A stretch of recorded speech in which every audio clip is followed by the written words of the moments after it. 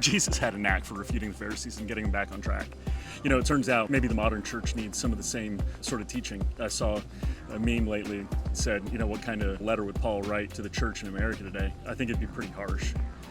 But Matthew chapter 15, 1-20 is one of those things that flies in the face of modern teaching. Let's get into this.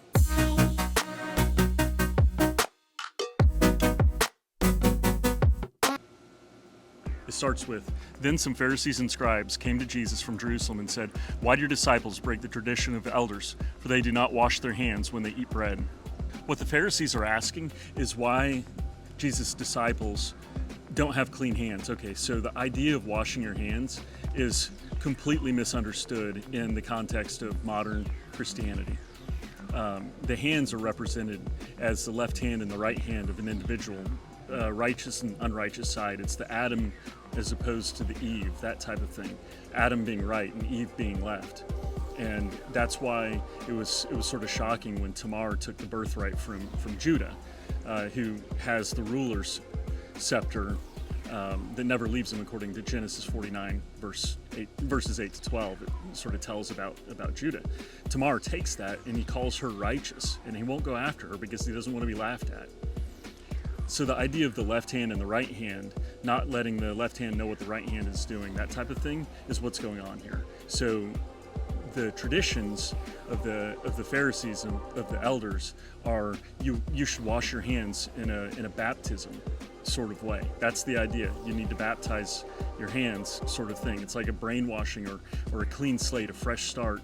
And that's the only kind of fruit you're allowed to eat. But what Jesus is teaching here, and when he refutes them, he's talking about how they ignore the command of God that you're supposed to honor your mother and father. And when you don't honor your mother and your father, then what Jesus does in return, though, and he's specifically talking about washing hands. So the hands represent the mother and the father. So when you say that everything is to the glory of God and you give no credit to your mother and your father, which is your left hand and your right hand, when you do that, then you are denying your parents and you're denying the honor and glory that they deserve in that particular way. So that's why Jesus is saying, hey, look, they don't wash their hands because things are different now. I'm flipping the tables in the temple courts.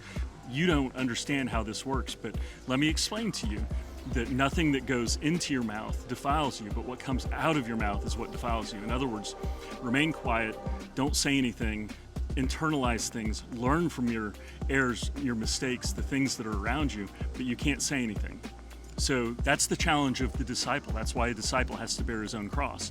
It's the idea of not having clean hands. You understand what's going on spiritually. You're connected. It's the vow of the Nazarite. Your hair's not cut, and you can't drink from the vine. So that's why you can't say anything. Drinking from the vine is a way of connecting to the other side. Having hair is the idea of being connected, and that's why the importance of every hair, like roots, is important. It's your history, it's your connection, spiritual connection. So you don't have clean hands and you don't have a shaved head. That's what the Pharisees didn't understand, is that there's another way through the gauntlet of life. There are two ways. One is by grace, and that's the idea of washing hands, and the other is by faith.